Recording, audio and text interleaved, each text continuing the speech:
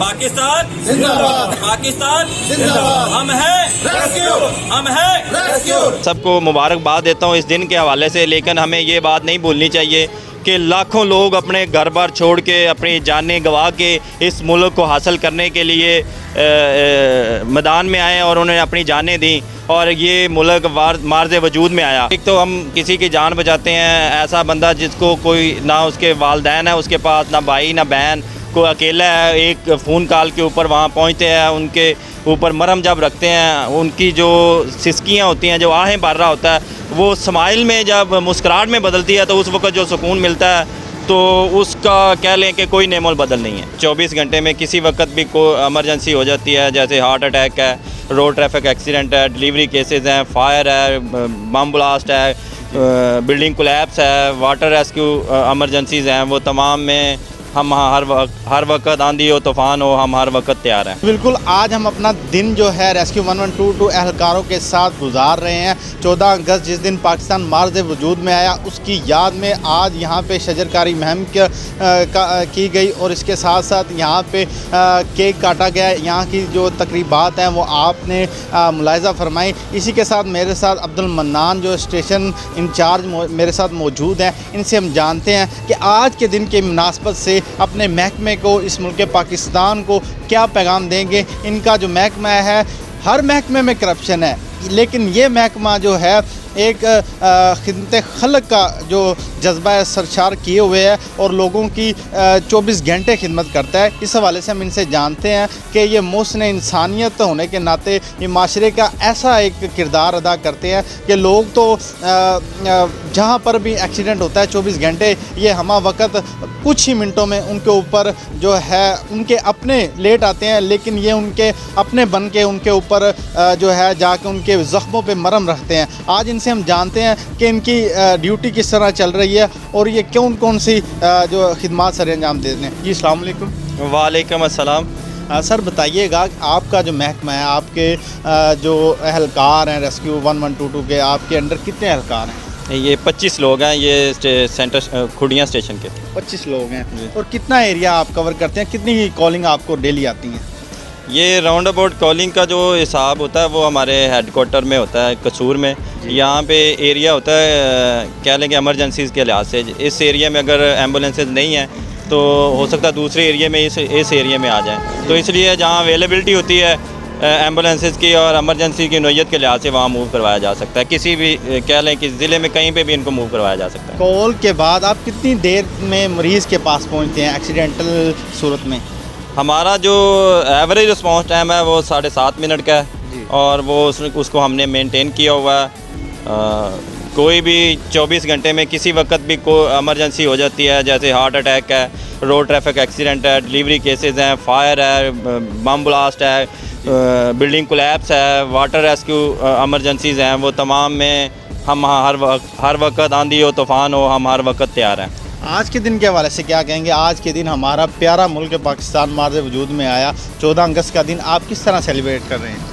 14 अगस्त के हवाले से जब हम अपनी बात करें तो हमने सुबह शजरकारी मुहिम का आगाज़ किया है। पहले भी हमारे डायरेक्टर जनरल रिजवान नसीर साहब, उनकी हदायत के मुताबिक क्लीन एंड ग्रीन पाकिस्तान के अंदर हिस्सा डालते हुए हमने यहाँ हर जो स्टेशन है वो 300 पौधे लगा रहे हैं। तो आज हम उसका कह लें कि आज हम उसी सिलसिले में सुबह शजरकारी की है। इसके अलावा अवेयरनेस के हवाले से मुहिम चला रहे हैं। स्कूल और कॉलेज में जाके हम रेस्क्यू कैडेट कोर्प्स है, इसके अलावा ये शजरकारी मुहिम के हवाले से बात होती है, रोड ट्रैफिक एक्सीडेंट के हवाले से बात होती है। रोड ट्रैफिक एक्सीडेंट की बात करें तो स्पेशली मैं इस दिन के हवाले से बात करूँगा कि 14 अगस्त के दिन बहुत ज़्यादा रोड ट्रैफिक एक्सीडेंट्स होते हैं। जैसे मोटरसाइकिल के हवाले से हेलमेट का इस्तेमाल किया जाए, ओवर स्पीडिंग ना की जाए, वन व्हीलिंग बिल्कुल ना की जाए। अंडर एज जो ड्राइविंग है वो वालिदैन से इल्तमास है हमारी कि वो उनको बिल्कुल इजाज़त ना दी जाए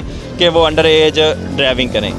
इसके साथ साथ आप हमें बताएं कि आप कितनी देर से इस ड्यूटी में मुम्मार हैं और कब से जो है इस खिदमत में लगे हुए हैं? अरसा 15 साल हो गया मुझे इस डिपार्टमेंट में आए। ये एक कह लें खिदमत खलक भी है और एक रोज़गार का वसीला भी है। तो ये एक कह लें कि आखिरत में इसका सवाब होता है। कह लें कि एक तो हम किसी की जान बचाते हैं, ऐसा बंदा जिसको कोई ना उसके वालदैन है उसके पास, ना भाई ना बहन, कोई अकेला है, एक फ़ोन कॉल के ऊपर वहाँ पहुँचते हैं, उनके ऊपर मरहम जब रखते हैं, उनकी जो सिसकियाँ होती हैं, जो आहें भर रहा होता है, वो स्माइल में जब मुस्कुराहट में बदलती है तो उस वक़्त जो सुकून मिलता है तो उसका कह लें कि कोई नेमोल बदल नहीं है। अच्छा, आवाम को क्या पैगाम देंगे आज के दिन के हवाले से, किन किन चीज़ों से एहतियात करें तो इन रोड हादसात में कमी हो सकती है? सबसे पहले जो ट्रैफिक सिग्नल की बात करूंगा, एक जब रोड के ऊपर हम चलते हैं तो हमारी कोई ज़िम्मेदारी होती है, पैदल है, सवार है, जिस लिहाज से जिस व्हीकल की जो उस लिहाज से वहाँ पे जैसे अगर किसी की स्पीड लिमिट 120 है या 100 है या 50 है, बल्कि मैं ये बात करूँगा हमारे डिपार्टमेंट में हमें ये कहा जाता है कि हम 50 किलोमीटर से ज़्यादा बाइक ना चलाएं, क्योंकि जितने बाइकर्स होते हैं ये यंग एज में होते हैं और कुछ तो ऐसे होते हैं कि जो घर का कह लें कि अकेला फर्द होता है जो पूरे घर को पाल रहा होता है। तो वो जब अपाज होता है तो वो एक बोझ बन जाता है पूरी फैमिली के ऊपर, और फैमिली की आगे बात करें तो ये बोझ मुल्क के ऊपर शिफ्ट होता है।